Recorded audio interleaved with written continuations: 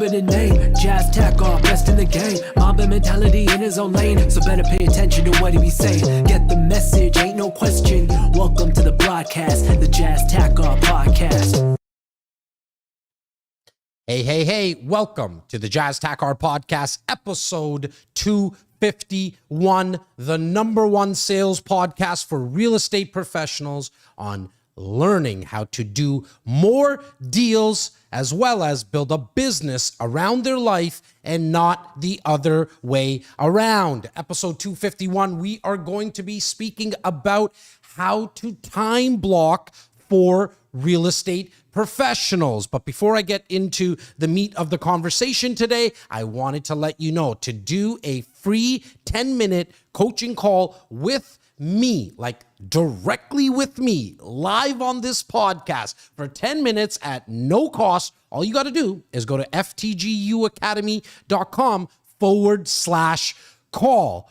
Let's get into the meat of the conversation today, which is time blocking for real estate professionals, managing your time. I mean, I don't really care what you call it, but if you don't set up your schedule for success, you're going to be in a lot of trouble leading into the half part of 2024 and going into 2025. Why? Because you're just going to be doing things willy-nilly and throwing things up against the wall and hoping they stick. Look, there is something to throwing as many things up on the wall and seeing what sticks. That's not necessarily a strategy that I would say don't ever try. However, you need to have some blocks in your time, in your schedule that are non-negotiable, period. Why? Because if you don't do them 3, 6, 9, 10, 12 months later, there's no wonder that you're not going to have any business. So we got to get to a place that we start to block out time in our schedule. And today I'm going to be speaking about exactly what those activities should be, how to do it, and how to hold yourself accountable if you're not open to getting an accountability partner. That could be a colleague, that could be a family member, that could be a friend, that could be some type of coaching program. It could be whatever you might need to have help in holding you accountable. But if you're someone who's very self-sufficient, like myself, I don't really need an accountability partner per se. That doesn't make me better than you. It just, I want you to know that I'm quite obsessed, and I like to use the word passionate, that I don't really need anyone to hold me accountable to do the high-producing activities for my business. Now, in my personal life, which I'm going to touch on as well, things that you need to block out in your schedule, well, I do need an accountability partner, and that happens to be my wife. Like, if she tells me that we got to be somewhere at a certain time and a certain day, well, I know that depending on the priority of that I'm going to have to show up. But that's kind of who helps me handle that. And so let's jump right into why you need to time block, which I kind of touched on, but I want to go a little bit further in terms of the mindset of understanding what those high producing activities are in your business.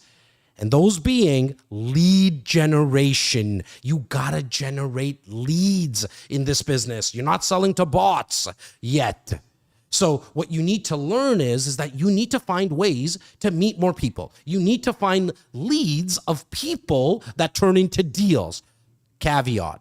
You know where the word leads come from, right? Like, it's just a mix up of the letters of deals. It's the same letters, they're just kind of mixed up. I always like to throw that in there because I've been in sales for so long. Anyways, with that said, you need to understand that what we need to do is schedule and time block when we're going to generate leads. Otherwise, you're just going to say, look, I'll do it on a Monday and then I'll make some time for it maybe on a Friday, but then you get a phone call to do a showing, then you run to do the showing, or a home inspector calls you, or your life partner gives you a call, and then you go run and do that.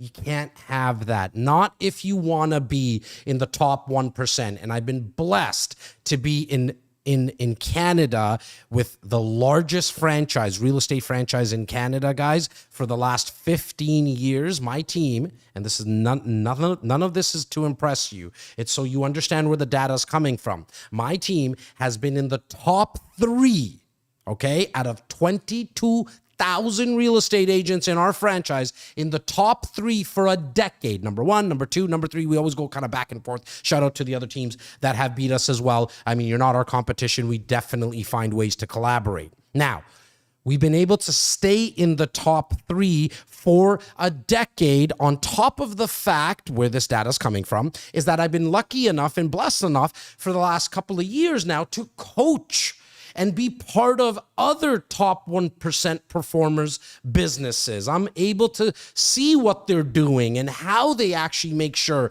that they put stuff in their schedule, they time block, they have people to hold them accountable. And so this is all coming from a place of experience. I've been through the ups and the downs. I think where I'm sitting right now in my career is that I have this steady growth. I don't have massive peaks and I don't have massive valleys. It's kind of a steady growth year over year. We kind of just continue to grow. Now, times of market changes and market shifts that we've gone through, the middle of or the end of 2022 to currently where we're sitting in June of 2024. You don't sell as much, but I didn't go out of business. What I like to do is make sure that even when market shifts happen, is that I understand that a lot more people are putting their feet up. So that gives me an opportunity to get some market share. How do you actually time block? So let's get started with that. Here's my recommendation. First things first, okay? You need to have a calendar. I can't tell you how many people I speak to, and they're like, yeah, like I put some stuff in my iPhone calendar, or I write the stuff down on a piece of paper. And guys, I'm old school. I write a lot of stuff on a piece of paper. I don't have a computer, right? So I write a lot of stuff on my on a piece of paper, but at some point it goes into my calendar. Now, I also have somebody helping me. I have a full-time chief of staff that she controls everything in my calendar from a business perspective. Big shout out to Mel, aka MD. You don't really get to see her or hear her a lot, but she's behind the scenes doing her thing, allowing me to make sure I bring as much value as I possibly can to my community. Now, I needed that help because as I got busier and busier and busier, I needed someone else to take control of some of my emails and schedule and remind me. Like literally just before I started this podcast, she shot me a message and saying, hey, don't forget, you got calls that you need to make at the end of the JTP. Here's the list of people. That's where I want you to get to. I want you to get to a place where you have someone helping you do this so you can always focus on those high producing activities, which is generating more business. You're not worrying about the small little micro things that you need to do in your day. But I know 99% of you, maybe 90% of you are not there yet. That's okay. We're going to build the block. So first things first, you need a calendar. I would highly recommend, for now, it's probably the most used calendar in the world. It also allows a lot of automation to happen. Extensions are very available. Extensions like Zapier and Calendly and all that kind of stuff. It's Google Calendar. It's nice and simple. It works very well also with the iPhone users as well. So start with making sure that you're using some type of software. Can't just do this on a piece of paper or the back of a napkin anymore. So we start with the Google Calendar. And here's the next step. Very simple. I'm going to give you a step-by-step process, guys. What I do, what I've done, and what I'm coaching people on, as well as what I've just experienced with the community of real estate professionals that are around me, is that you need to block out the big personal rocks first. Let me explain. Personal rocks meaning if you're married, if you're dating someone, you have a elderly parent, maybe you have kids, whatever it may be, you are into working out. If it's just you don't even have anyone else around you, but like working out is something that's important to you. These are personal big rocks that need to be put into your calendar first, including vacations. And this, if you do have a partner in your life, from a personal perspective, I would highly recommend you sit with that person and say, honey, when are we taking vacations this year? I'm going to allot myself 4 weeks off, 8 weeks off. I really don't care. personally as Jazz, I don't care how much time you take off. I'm only really wanting you to focus and hone in on this conversation from the perspective of what are you doing on your time on when you're actually working. But to get to there, we need to know your hours of operation. Guys, imagine you went to Starbucks and we had no idea when they're going to be open. They just chose when they're going to be open or closed. It's not a really good business model. It's not really good customer service, because we as a customer want to know that at 7:30 in the morning, I can grab my coffee no matter what from the corner Starbucks that I always drive past. Now, you are running a business. You need to have your hours of operation. But before you can have your hours of operation for your business, it's a very good idea that you get the buy-in from your family if you're someone who has kids and married, or again, as I mentioned, like elderly parents, or you're living with your parents. You need to figure this out. And so when are you going to take vacation? Block that out in your calendar. With Google Calendar, you can go out, 10 years if you wanted. I would only recommend that you do this like no more than a year, because things just get lost in calendars otherwise. Vacation time, as well as date night. Right? Maybe Friday night, I'm just going to throw out there. I'll kind of give you some takes on how I kind of roll in terms of my big rocks. Friday night is date night for myself and my wife.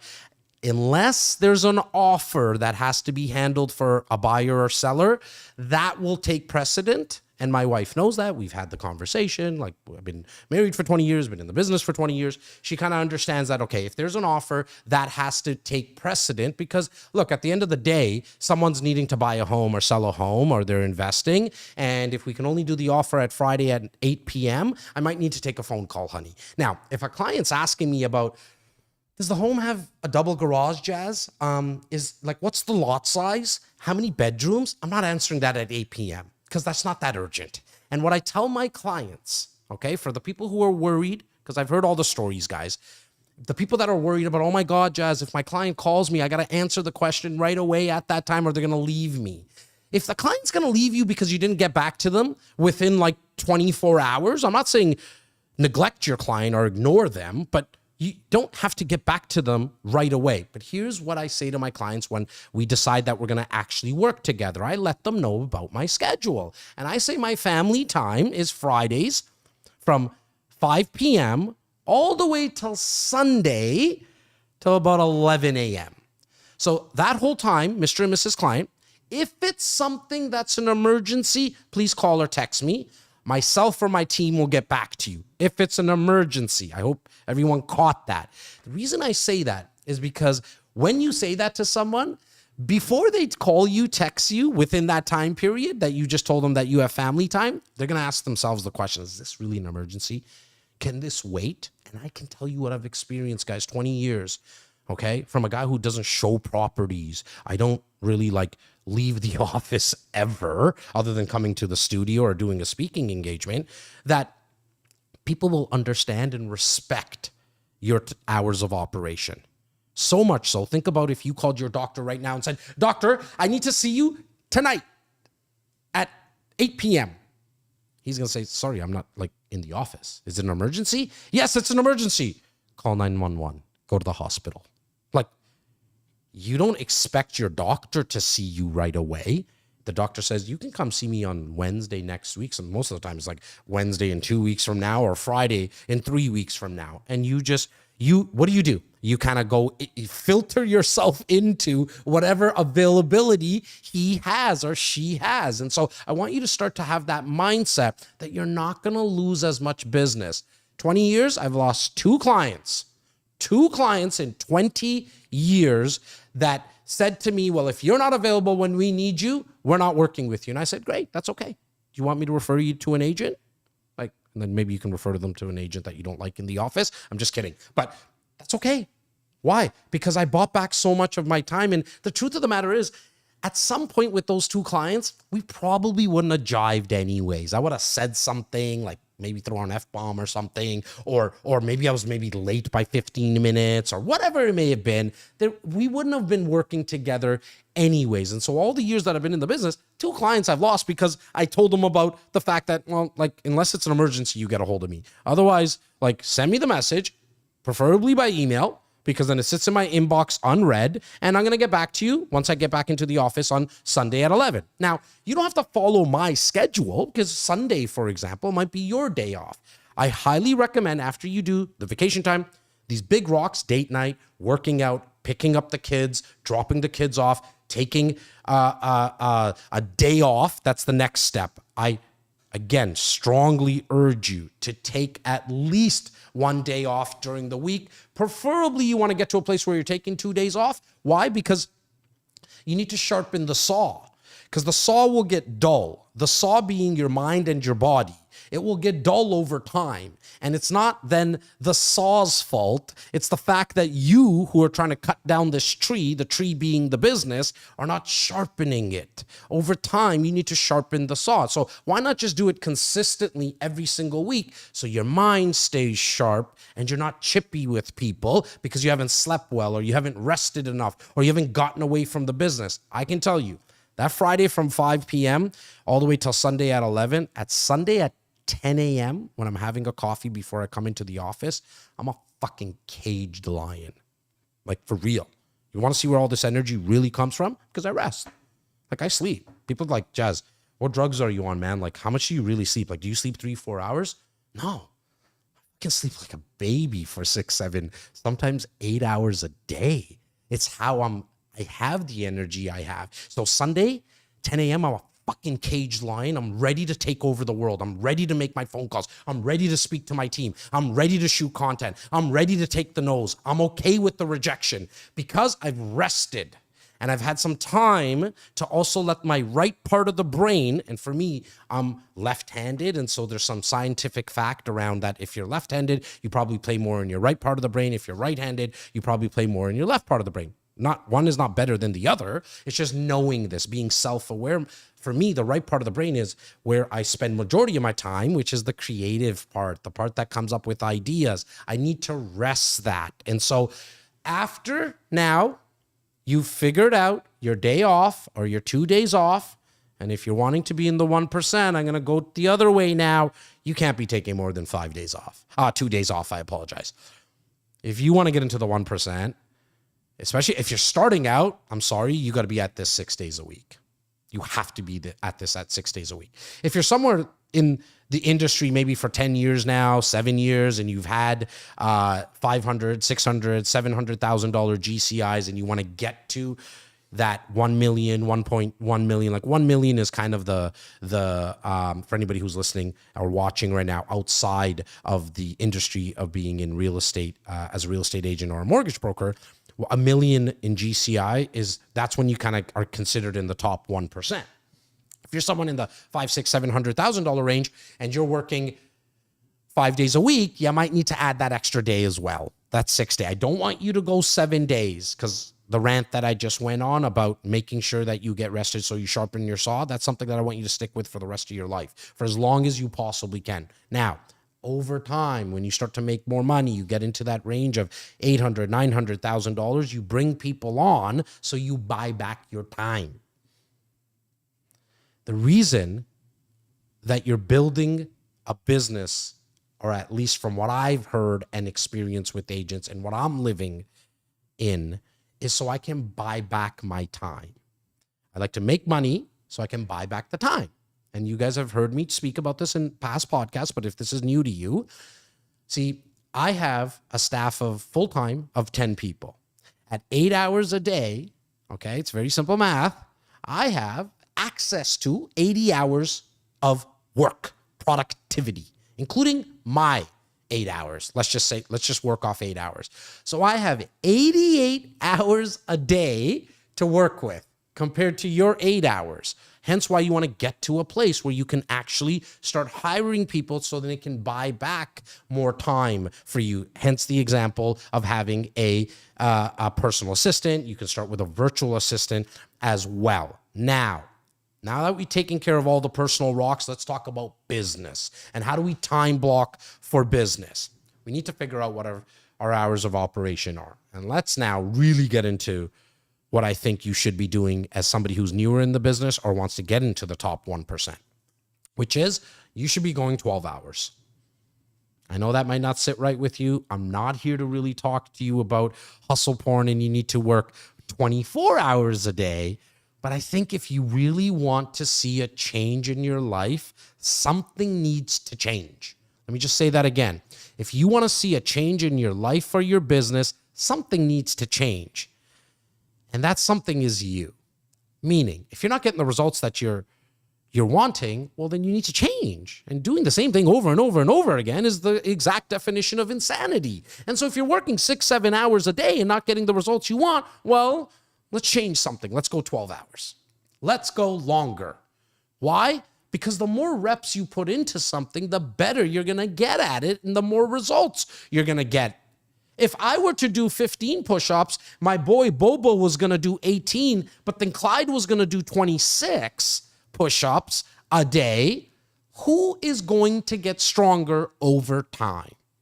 It's the same thing in business. You work more hours, especially if you're going to block it the way that I'm going to talk to you about, you are going to get more results. Period. I've never not seen it work. You'd be the first that it would happen to, that you wouldn't get the results. So let's think about a 9 to 9 day, 5 days a week, 6 days a week. How do we block out this time? Well, first and foremost, we tell everybody that my hours of operation are Monday to Friday, 9 to 9, and on Saturdays, 9 to 9. You could shorten it on a Saturday because I know that there's social events. You can go probably 9 to 5 on a Saturday, and I think that's going to be perfectly fine. But what do we do now in that time block and those days of a Monday to Friday where you are 9 to 9? Well, first things first, put the biggest rocks, as we did in the personal side, now in the business, okay? In your calendar, very simply, you're going to put in from 9 a.m. to 12 p.m., you're going to put in prospecting / lead generation. Now, I have tons of previous podcast episodes that cover what you should actually be doing to generate business. I'm not going to waste this episode on that, but quickly, prospecting / lead generation from 9 to 12. You take your hottest inbound leads that are coming, the guys who are ready to put in an offer in showings or your listings that you might just need to touch base with. Shouldn't take you longer than 30 minutes. Then it's outbound calls to your database. It's setting up your educational quarterly events and your long form content. Bare minimum, you should be doing that once a month. Go back to my previous episodes, and I'm talking about just like my previous 10 episodes. This being episode 251. You probably don't even need to go further back than 240, okay? And I cover each of those in a lot of detail, and there's tons of resources that I give in the links, in the description by links, so you can get access to a lot of checklists and resources and more videos where I go further detail into it. 9 to 12. Why did I pick 9 to 12? Well, because at 9 a.m. is business right across the world. Doesn't matter where you really are. At 9 a.m., everyone's kind of wired to now start working. And so contrary to what a lot of people believe that, if I make outbound phone calls at that time, people are not going to answer. I can tell you I made a phone call at all hours of the day between 9 and 12, and it's practically the same. You might get a little bit better on a Thursday at 4 p.m. That's not an exact time. But I mean, there's might be certain ones that are slightly better. I'm talking about 2% better, nothing drastic. So the reason I say 9 to 12 is because for most people, generating business and thinking about new lead development, new business development is the toughest thing. So let's get it done with in the morning. First thing in the morning, we eat that frog. Great book, by the way. Eat That Frog says, do the toughest thing in the morning as quickly as you possibly can after waking up, because then you feel better. So you build on successes more. If you do this over a 21-day period, and that's how long it takes to actually have a habit become something that you're going to consistently do over time, you will start to feel better about yourself, which makes you more happy, which in a very interesting way will make you more money because people just want to be around more happy people. And so 9 to 12, that's when we're going to generate business. Now, you got to really take this serious, guys and girls, that when you're client calls you and says, I need to see a home at 11 a.m., you tell them that you have an appointment. I have an appointment at 11, Bobo, the client. Can we see that property at 3 p.m. or 7 p.m. tonight? What's better for you? Because if you run and take that appointment with Bo, chances are that most of the time, that's not the property that he's buying anyways. But what you've done now is let yourself off the hook. That is what is called lack of discipline. I know there's a lot of memes and a lot of sayings that we've heard or we've seen on social. You got to be more disciplined. But just reading about shit is thinking that knowledge is power. Knowledge has never been power. Knowledge has only been potential power. The use of knowledge is power. So now you actually got to become disciplined. And when Bo calls you, you have to be able to say to Bo, when's better for you, 3 p.m. or 7 p.m.? Because here's what I want you to think of. If you were going to be doing a showing with Bo at 11 a.m., but then Clyde called you and said, hey, Jack, I'm not here to judge, but at the bare minimum, you moved somebody. And that's not what you want to do. Most of you, especially anybody in the Jazz Nation, would say, you know what, Clyde? I have an appointment at 11. When's good for you, 3 p.m. or 7 p.m.? What I want you to think of is that in that example, when Bo calls you at 11 a.m., you're going to have an appointment. You just happen to have an appointment with yourself. So you're not lying. And over time, you're going to get more and more comfortable saying it, especially when a home inspector calls you and says, that's the only time I can inspect the home. Now, what you could do is, if that is the only time that the home inspector can inspect the home, that's perfectly fine. Get somebody on your team. You don't have a team? Ask somebody in the office. You just need to have a licensed realtor that is in the home with the home inspector and the client. And then you can show up at the end of the home inspection with some Timmy's or some Starbucks for everybody, right? You got to get resourceful here. You can't just run around like a chicken with his head cut off because every time someone calls you. That's not a business. That's a job. And if you want to have a job, guys, I mean, I'm not sure how long you're going to be in my community because I'm just going to get boring for you because I'm saying the same thing over and over again. The reason I say the same thing over and over again for the people that comment and say that to me, by the way, is because it's basic shit that works. And it's what's gotten me results and thousands of other people that I've been able to coach now. That's why I say the same thing over and over again. It's also because the brain can generally only retain 10 to 15% of something that it hears for the first time.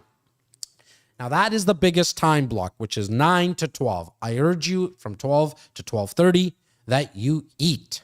Why?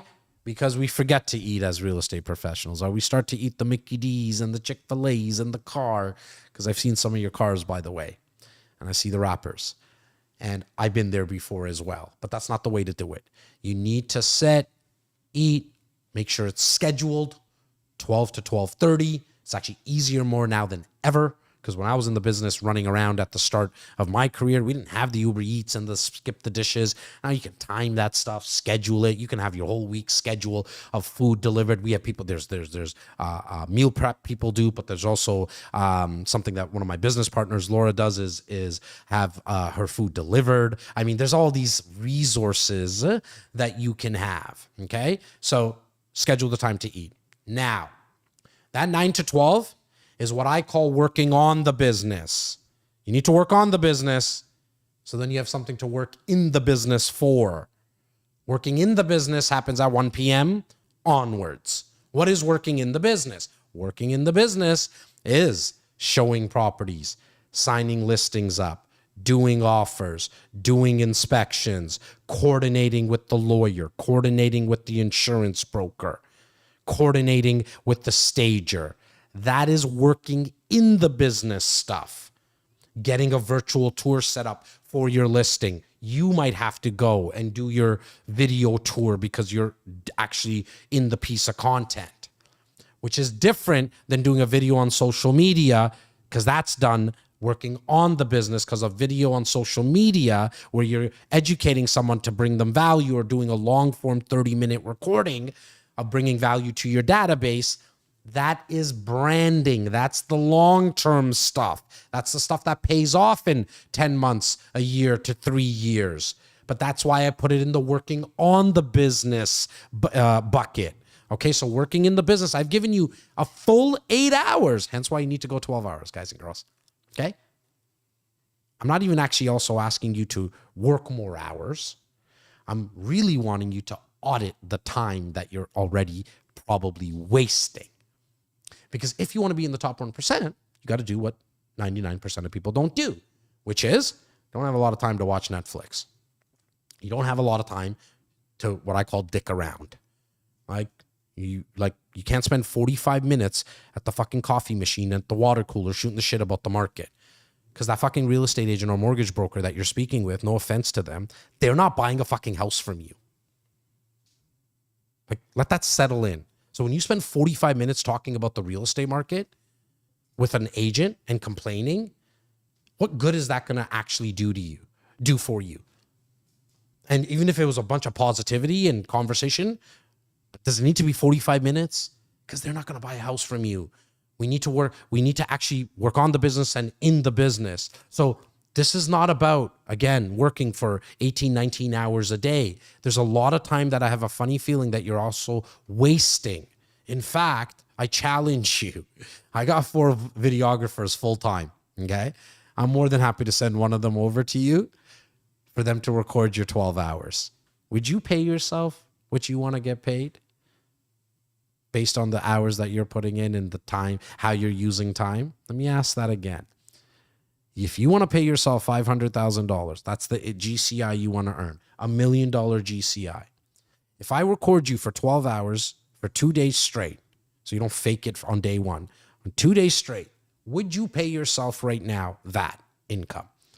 And I'm going to go on a limb here and say most of you would not pay yourself that amount because you're wasting time. Okay? You're wasting time in a lot of meetings, just on long phone calls that don't need to be had at that time, i.e. calling a buying agent on one of your listings because you need to get the feedback on that property doesn't need to be done at 9:30 in the morning. That could wait. You already got the listing. I know you're trying to sell it. Obviously, that's how you get paid. And the seller gets the home sold. But can that not wait till 12:30? You don't need to also take hour-long lunches. Eat your food, do your thing, right? You don't have to scarf it down, but maybe you don't need hour-and-a-half lunches. And look, once in a blue moon, once in a month, you decide to have a liquid lunch. Nothing wrong with that. Don't judge yourself. Don't be so hard on yourself. You just can't do that every week. Not to get to the 1%, the top 1%. And so between 1 and 9 now is where you time block all the activities that allow you to work in the business that I went over. Now, how do you actually hold yourself accountable? Here's the tactic, okay? Doesn't matter what day you have off, what day you're working, but I highly recommend that on a Sunday evening, 6 p.m., 7 p.m., 9 p.m., 10 p.m., figure it out. Doesn't really matter. But I suggest Sunday evening for most people, even myself. Even though I work on Sunday, but I have stuff already scheduled from Sunday from 11 when I get started till about 4 p.m. I'm actually doing some work, but still when I go home, kids are asleep. Wife and I have had a conversation, maybe had a glass of wine, whatever it may be, okay? I kind of just go into my dining room where the table is there, and that's where I sit and I look over my schedule for the week. Just to get an idea, an overall 360 degree view of what's happening for my week. And here's what I do when I go to sleep. I visualize how my week is going to go. Because I have big rocks in there every week. Friday at 10:30 a.m., I know. 10:30 a.m. live, Eastern, sorry. I know I'm doing this. I'm going to go live on YouTube and TikTok and whatever it may be. I'm going to do my podcast. It's my 30-minute recording. And then I have meetings with my staff. Those are my big rocks. I have client calls that I have to make, but I visualize them going the way that I want them to go. I think that's the 1% difference that I do that maybe most people don't. And remember, it only takes a little shift to see a massive return on things, okay? And so for me, visualizing exactly how this podcast is going to go on Friday, how the meetings are going to go that I have scheduled, has been able, what happens is that I start to attract all the resources that are needed. Do you ever wonder when you're driving and you come up with an idea, it's like, oh my God, that's just a great idea. Or you're driving and you told yourself you wanted to see a bunch of red cars because you just bought a new red car and you start to see all these red cars. That's because there's a front part of your brain. It's called the RAS, R-A-S, reticular activator system. It got turned on. You could do that for anything. And that's why I want you to do that on Sunday evenings, is actually sit back and visualize how you want the week to play out based on your schedule. And the time that I would really want you to focus, 70% of your efforts, mindset, strategy, energy should be in the 9 to 12 time block. Because if you have enough groceries coming in, guys, somebody will always cook them for you. You can always find people to cook up the groceries. What you can't help, or what you can't get help with, generally speaking, is getting help buying the groceries. Yeah, I know you can send somebody to go get the groceries, but you got to pay for them. And in business, the way that I look at it in our industry of real estate sales as a real estate professional, the bringing in of people is the groceries. That is where you got to get really, really good. Because I'm telling you, for the last 7 years, all I focus on now, 100% of my efforts are on bringing in the groceries and then letting a bunch of other people cook. My agents do the showings, they do the offers, I take my referral fee. That's it.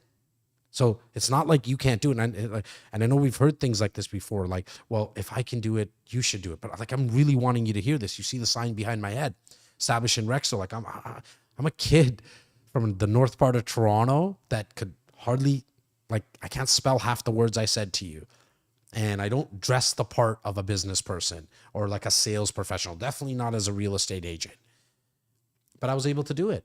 I was able to figure it out because I got to the place where I understood, oh, the only tab that I need to make sure that I control is the leads tab. I just need a lot of people in terms of that want to buy, sell, or invest. Now I'm doing the exact same thing in my coaching business. I figure out how to get a bunch of agents that want to get coached. Some say yes, some say no. So what? But when they come into our world, I have a team around me that helps me cook up those groceries. And it's done because I've blocked out time in my schedule. Because if you don't schedule it, it's just a good idea. If you don't schedule it, it's just one of those things that just becomes a great podcast episode 251 of Jazz Tack, our podcast that you heard, but you didn't really execute on it. So if you needed help with accountability, I urge you to reach out to somebody in your family, a friend of yours, or somebody in your office, because chances are they probably need the help with it as well. That is episode 251 today, talking about all things time management as well as time blocking. I got my boy here. There's a question that I think that, hey, Jazz, hope you're doing good. Just Real Estate says, hey, Jazz, hope you're doing good. I've been using your script past days and managed to book 26 appointments, but the problem that I'm having is the show up rate. Can you touch on what I can do to improve my show up rate? Yes, great question. Well, first and foremost, you just brought in some groceries. Those groceries being the 26 fucking appointments that you book. Kudos to you, thumbs up. So first things first, what we always want to focus on is getting the appointments. Because where you're at, and for everybody else who's watching and listening, I want you to understand this, right? We first need to bring in these 26 appointments, which he did or she did. Okay, now we can start to get to the next stage. So to answer the question, what I would do is have an email sent out to the people that you booked the appointment with 24 hours before, 12 hours before, have a text message sent out at bare minimum the day of the appointment, first thing in the morning, have a text message sent out. So what I also do though is the email, the text message, and then I have a phone call made as well by someone on my team to confirm the appointment. we've gotten up to now 60% show rate for our appointments. Try those things. I'm not sure if you're going to be able to add the phone call because you might be a solo agent, but at bare minimum, as long as you're using like a Google Calendar and it's set up through Zoom or Calendly, it's automated for you. You don't have to do the heavy lifting. If certain CRMs also send out the automatic text message 24 hours before your appointment, have an email sent out. Clyde, I'm just confirming our appointment tomorrow at 8 p.m. If there's anything that you need to reschedule, just let me know. And then the same text message. Clyde, just confirming our appointment at 8 p.m. tomorrow. It will up your show up rate for sure. And I appreciate you using the script. Now, I'm going to jump into our live coaching calls. For you to have a live 10-minute coaching call with me live on the podcast, all you got to do is go to ftguacademy.com/call. My team will do their thing in setting up this call. Let me just get into it. Our first call is going to be with Anjula. And Bluetooth, bear with me here. And I'm setting up to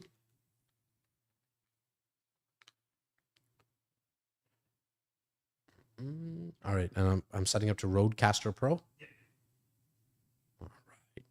Again, if you want to get on this call with me at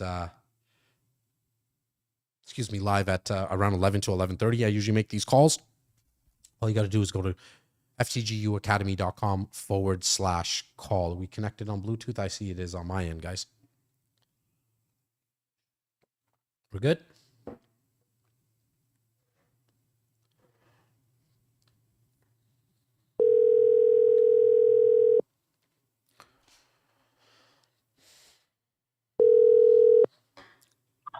Hello. Hello. How you doing? It's Jazz. You're live on the Jazz Tack, our podcast, my girl. Hi, Jazz. How's it going? Just living the dream, girl. What's happening? How you doing? I'm good. I just wanted to, first of all, congratulate you on the 250 episodes. That's a huge, huge achievement. Thank you.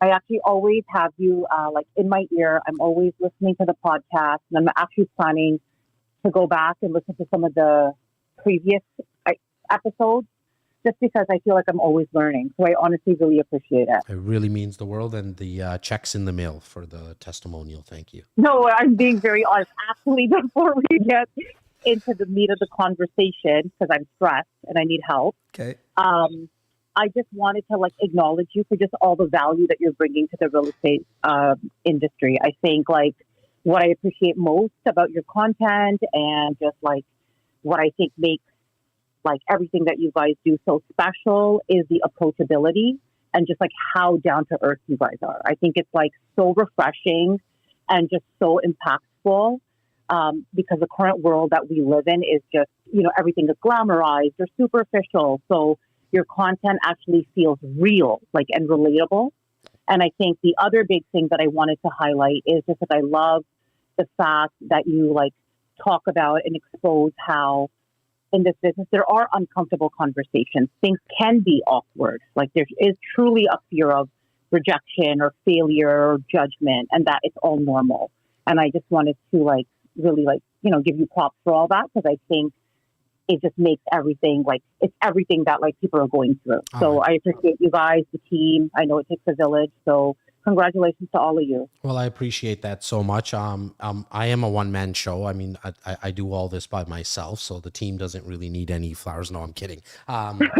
These guys and gals that have been with me, that are currently with me, as well as the ones that are not here as well, they all played such a part and a role.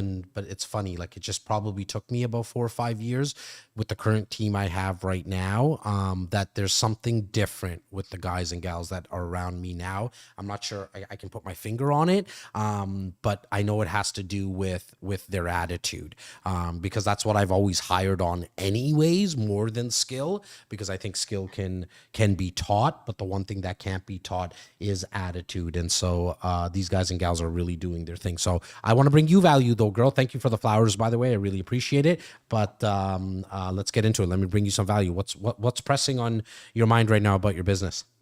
Okay, so I actually just finished the Humber College real estate program. And when I decided to get into this business, one of my main concerns, one of my main fears was I never wanted to be the person that finishes the course and is like, now what? And I feel like I'm in that exact situation. I know the next step is finding a brokerage that I align with, but I don't know if I've just placed so much huge pressure on something like this. And I'm maybe caught up in analysis paralysis or what it is, but I'm just really confused and overwhelmed because I feel like when you go on the internet, everyone's the number one team. Everyone's the number one brokerage. It's confusing. It's overwhelming. So my question is if you were to start your career all over again in 2024 with the current real estate market, and you weren't a seasoned agent yet, you didn't have your database, do you think it's better to join a team when starting in this business, or do you think it's better to go the solo route? And which one do you think is more beneficial and why? And then I have 3 more questions. I'll tell you exactly what I did, which was for the first 2 months, I did go solo because I came from, I've been sales my whole life, right? And so I figured that and I knew what I was getting myself into in terms of the challenge that it was going to be, but I went solo, but then right away I looked for a mentor and a team. And so my answer to you is hands down, it's not even a thought, especially just talking to you for the last, 60 seconds, join a team. Find a team, here's what I would do. I wouldn't meet more than 3 teams. Why? Because once you get to 5 and 7, now you are going to get further and further down the rabbit hole of paralysis by analysis. 3 teams are going to be good enough for you to meet, unless all 3 are just rude. But I don't think you're going to run into that. And what you're looking for when you're meeting with these 3 teams is who's going to give you the highest level of mentorship. That's what you're looking for. Don't worry about the commission splits. This is the number one pet peeve that I have always had. And it's not because I've been a team leader and I'm thinking about my pocket. It's even when I joined my mentor, he gave me a 50-50 split and I was over the moon. I was 50-50, bro. You could have taken it all. I would have done this. I would do this for free. I just need to know, I'll clean all the toilets here. I just need somebody to teach me. And remember, 100% commission of 0 deals is still 0. Yeah. You get what I mean? So don't get all caught up in the commission. Get caught up in who's going to give me the environment of positivity and mentorship to teach me. And the busier that the team is, the better, because there's going to be overflow that happens. And what I mean by that is that there's going to be business that comes that they can't go handle, like a lease, like a rental. The cool thing about rentals in real estate is that it's almost 90% the same paperwork that needs to be done, the process, the negotiations of a buy or a sell. Yeah, you get paid 90% less than what you get paid on a deal, but the process is very similar. So if you can just get practice with a busier team, that's going to help you further down the road. So hands down, join a team. Find 3, go meet with them face to face, and then use what you have naturally, which is your women's intuition, and make your decision. And don't worry. Here's the reason I say don't worry. You go with team A. They sucked because they lied to you. Go to team B after. Okay. And no one's thinking about you as much as you think that they're thinking about you in terms of, oh my God, look at her. She's always changing brokerages. In 20 years, my dad, he still thinks I'm with Remax. I was with Remax for 2 months. Nobody knows. You know what I mean? Yeah. My clients, I'm licensed with Royal LePage, but my clients, they come to our office. They're like, who's Royal LePage? Where's REC? Like, where's Yeah, REC? yeah. Nobody really knows, right? So Yeah. if you change, it means nothing. It's not saying anything bad about you. I just Okay. want you to pick one because I don't want you to fall in paralysis by analysis. Okay. Question 2. Well, I was going to just ask you, like, if I do go the team route, what questions should I ask them? Like, should I ask them, like, how do you develop our skills, or? So you're not licensed like this moment right now because you haven't No. joined a brokerage. Okay, so here's what I No. would really do. Here's practical advice for you, okay? Are Yeah. you at the stage like you passed all your exams and everything? Yeah, I'm done. Got it. I just need to join. Pick the 3 teams and let them try to wine and dine you. Be careful because real estate's it's kind of flipped on its head in terms of the interview process. When you go for a job, you as the applicant are the one who's trying to wine and dine the employer, right? Yeah. And tell them that I'm the best videographer in the world and all that kind of stuff. Real estate's different. They're going to wine and dine you because they want you to join. So don't get impressed by any of it. Here's the practical advice I want to give you. Pick the 3 teams and ask the 3 teams, do you mind if I just hang out here for a week every day? Feel it. Now, they can't hide. You'll see shit come out in a week's time. Okay. Got it? That's great. So all 3, this is like true practice, like this is real. And you're probably going to step outside your comfort zone as well already. So now we're adding a couple of skills all at the same time. What I want you to do is reach out to the 3 teams, ask the 3 teams, do you mind if I spend next week all here all day? Like it's a trial period. Then say, okay, great. Thanks for allowing that to happen. I'm going to get back to you. But then you already have the 2nd week booked with the other team and the 3rd week. Then sit back and make your decision. So the questions that you're asking, you don't need to ask any questions really. The only question you need to ask, do you mind if I stay here for a week in shadow? Yeah. Where are you located, like geographically speaking? In Etobicoke. In Etobicoke, okay. Where in Etobicoke, by the way? Because I'm born and raised there. Like south part, north? Are you in Rexdale or are you in South Etobicoke? I'm in Rexdale. Oh, cool. Awesome. Well, I mean, I knew there was some type of chemistry between us. I just wasn't sure what it was, but now I know what it is. Rex, I mean, there's tons of offices and teams there, girl. Like you're going to just reach out to them and try. You know, it doesn't have to happen like this, but make sure that the 3 franchises are different. So do a Remax, do a Roll Page, do a Century. Like, they're all the same. I mean, like I really, really mean that. Some have more pros than cons than the other. But I care more about the people that you're going to be around. You need a positive, inspiring, motivating environment because it's a hard business. Yeah. Cool. Totally. I'm going to give you one more only because my team's telling me that I got 2 more calls set up. Okay.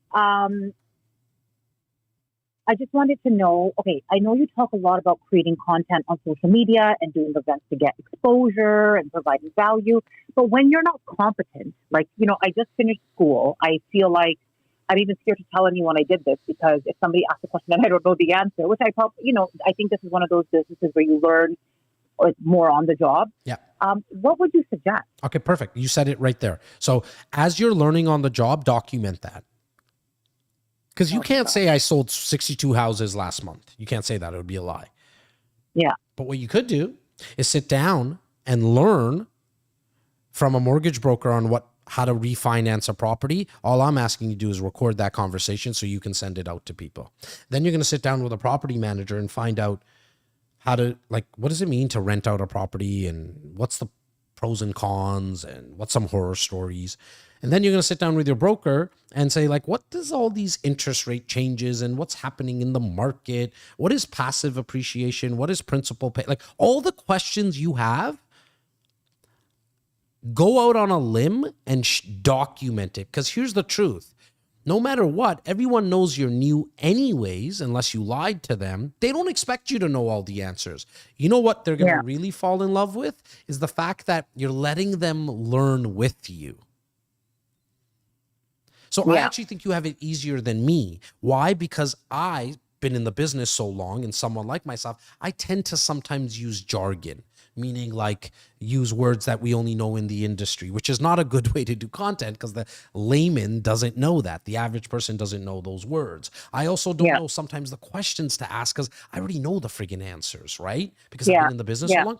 You're so wet behind the ears that like, and so new that everything that you're thinking, I would just record it and sit down with people. And here's the best thing. If you're not, I think I heard you say if you're not confident, it's so much easier to sit down with Joe, the home inspector, and have the conversation about what he looks for when he's inspecting a home.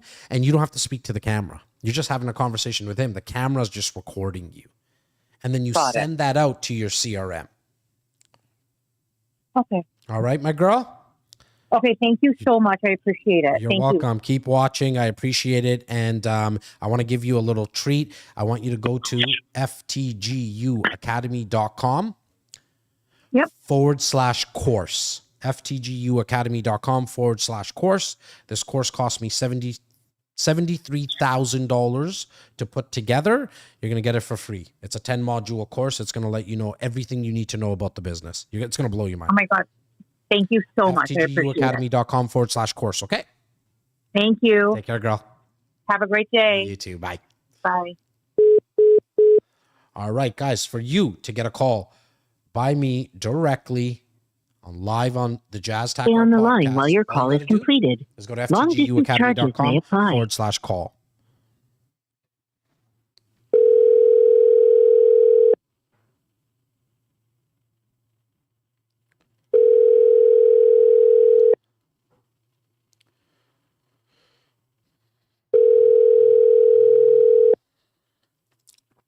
Just make sure that when you book the call, you are prepared to get a call. Hello? Pete? Yes. How you doing? Is it Pete or Taylor? I got two names here. It's Pete. How you doing, It's Pete. How are you doing? I'm amazing, man. Good. Jazz Tackar, and you're live on the Jazz Tackar podcast, brother. Holy cow. It is a blessing to have this phone call right now. Well, that really means the world to me, man. Where are you situated geographically, brother? Right now, I am in Seattle, Washington. Currently, we have our house packed up. We're relocating to Hawaii. My wife's in the Navy, so we're relocating to Hawaii by the 1st of September, middle of September. Well, congratulations on the move. Thank your wife for me for her service. And how do I bring you some value today, my man? Honestly, brother, I am freshly starting out as a fresh entrepreneur, and I am just looking for what do you advise somebody that wants to scale, as far as a business, real estate wise, and investment, and just mindset wise. How do you maintain that everyday just discipline? And what do you do whenever you encounter the mountain that seems impossible to climb?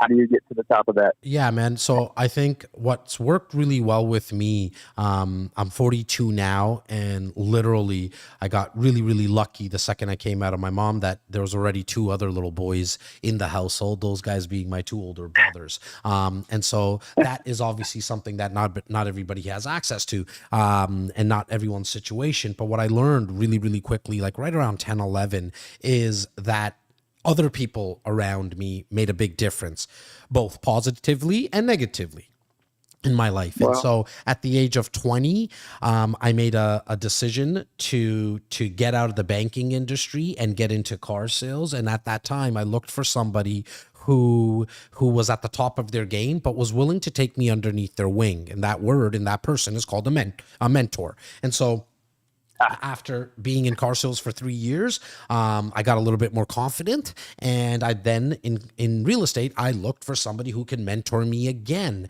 And that guy took me under his wing for 13 years, and he tragically passed away about 5-6 years ago. But what that did for me was I really was living in the circle of 5 to 6 people around me who were inspiring, motivating, uplifting. And so when I had bad days, like they did too, like you're going to, I wasn't allowed to stay in them for too long. And the reason that I found out maybe later on when I was about 36, 37, so not too long ago, was because if I stayed in that negative rabbit hole for too long, they just wouldn't want me around. right? And so yes, sir. right. So my answer to you is how to scale and have the mindset of having the energy and staying positive and then dealing with obstacles. So there was kind of two questions in there, but I'm going to be able to package it all on one for you, is be very careful what and who you allow in the 6 inches between your ears. So that's controllable by the physical people around you. And I'm not telling you not to spend time with your father, mother, and brother if they're negative, but we can cut down the time if they're the negative ones. I'm not calling them out by any means. But you can also fill that 6 inches between your ears with podcasts that are positive and inspiring, videos on YouTube that are inspiring and motivating. But I think just get plugged in all around. That's it. It's a very holistic approach to staying in this state. So I don't want anyone to get it wrong. I have bad moments. I just I very rarely have bad days, because I have 2 kids. I'm married. My parents, my brothers. There's about 100 people, including my team, that if they're healthy and they're good, everything else is just a bonus. Amen to that, brother. You get what I'm saying? And so I appreciate that. Yeah. And so I think what my biggest recommendation to you would be just audit who you're spending time with, because you become the 6th person of the 5 people you hang around with. So if they're not motivating, if they're not inspiring, you're going to become number 6. But I love the fact that I can create the 5 people around me so they are inspiring and motivating and uplifting, because then I'm going to become number 6 as well. Amen. All right. That's what I needed to hear right there, my brother. Okay. I hope I brought you some value, brother. Man, I wrote it down, and I'm going to put whatever goes in between the, 6 inches in between my ears is going to be positive, and just my mentors and staying plugged in. When you're driving, podcast time. You're working out, podcast time. Yes, sir. We're about to be driving for sure with this move. So, well, from Seattle to Hawaii, for sure. Positive.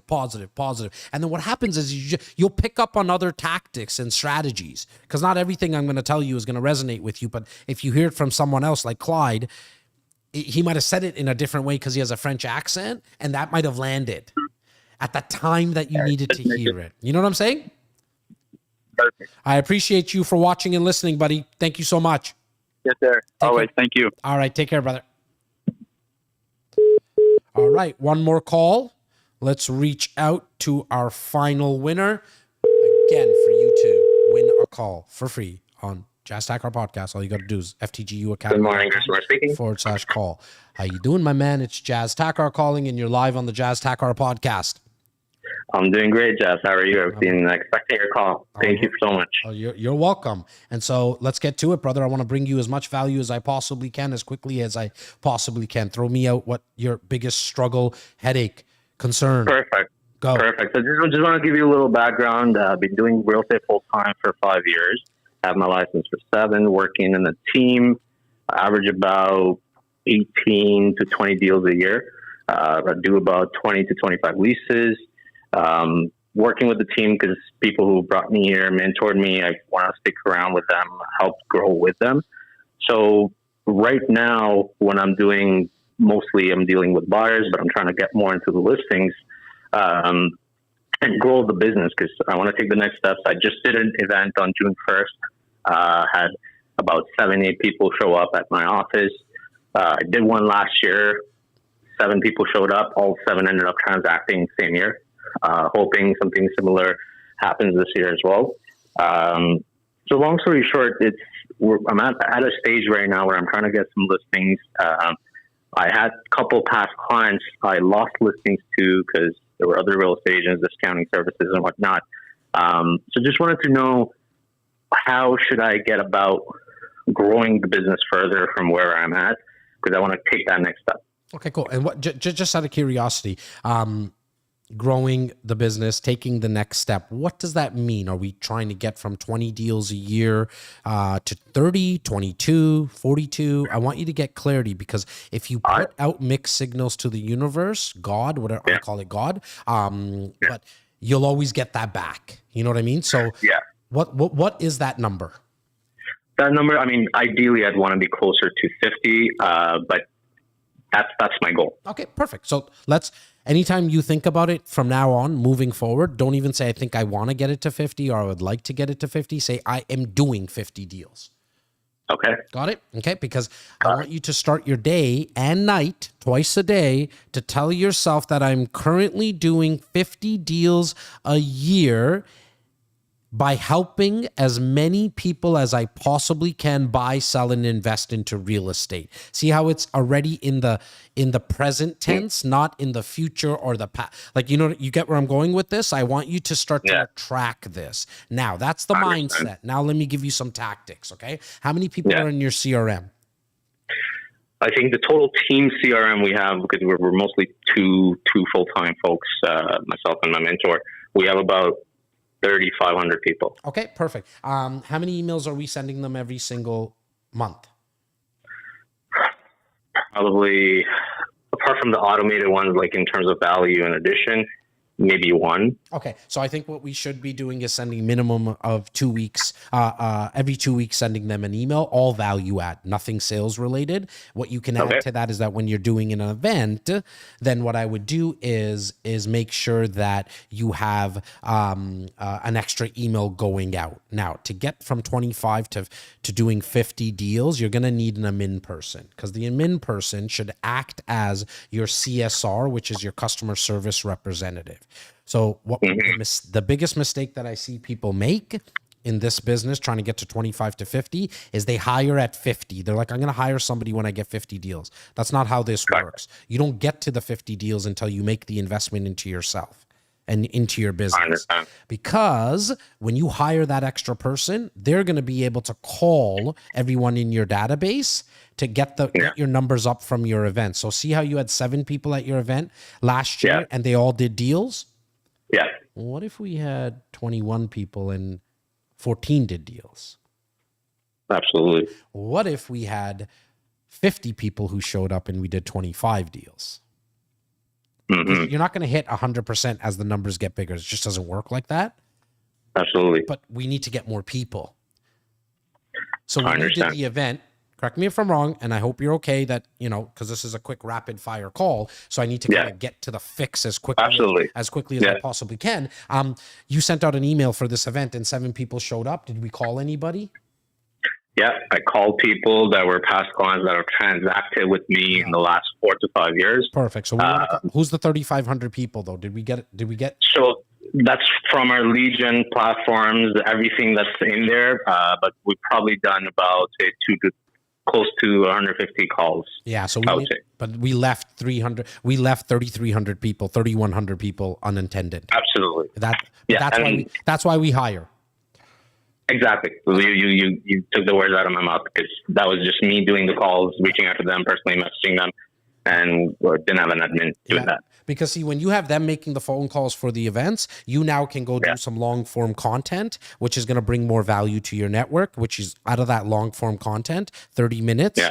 You put that on YouTube, you rip out 5, 6, 7 clips that you put on your social media, which now lets you scale. Got it. So I was 20 years ago, when I got into the business, for the first 12 years, I was a very traditional agent, just like everything you're telling me and everyone else is kind of, that I speak to.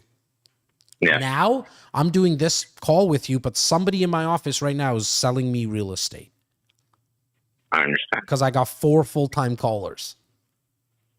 I understand. All I did is put that shit on crack. I understand. You get what I mean? Yeah, because I also feel I'm at a stage where, a lot of my clients that touch with, they've bought with me, they've ended up, potentially refinancing their existing primary residence and ended up buying investment properties with me in the last 4 years as well. So a lot of them are at a stage where until things get a little better, they might be tapped out or they might not make a move. So I'm at a stage right now where I need to get some new business as well. to keep the funnel going. So here's the thing. What you're also leaving out on the table is that each of those 200 people that did buy from you, on average, they know 200 people that know 200 people that know 200 people. So your network is now 40,000 people. And if you so I don't ever care if any of my clients ever buy from me. So I have a database of 12,970 people that I've been nurturing for 20 years. I don't care if they ever buy from me. What I do need them to do is tell their family and friends about me. Absolutely. Get it? Like people tell me all the time, like, I'm not going to call this person. They just bought. I'm like, great. Give them a call, invite them to an event. They say no.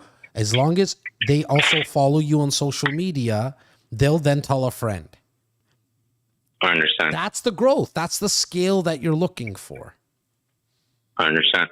And one last question I'd have, if we have the time, is if I'm scaling up further and I have all these people that are working for me, can that person working in can be an agent that's trying to look for business that I can potentially help mentor, or do you expect that just to be a CSR person doing these calls? Yeah, no, I want to have that relationship with the clients as well, where when they're having that initial conversation, I feel typically when I have that initial call, I have that relationship with them where I can pick up where I left off.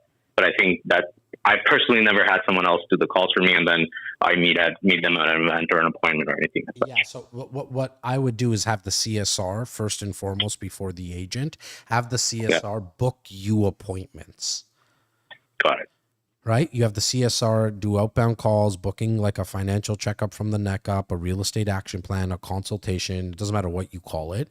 They book it for you. You get on the call, have that consultation with them, and then that will lead into business that you're gonna actually do. What's gonna end up happening is as you have more appointments because the CSR is booking them, the groceries are coming in, you're gonna need help cooking the groceries. That's when you bring in a real estate agent now to go show the properties. You tell the clients, look, I can't afford you to miss a home when you go look at when you want to see a property. So I have team members that you're going to go window shopping with. They're like my nurses. I'm the surgeon.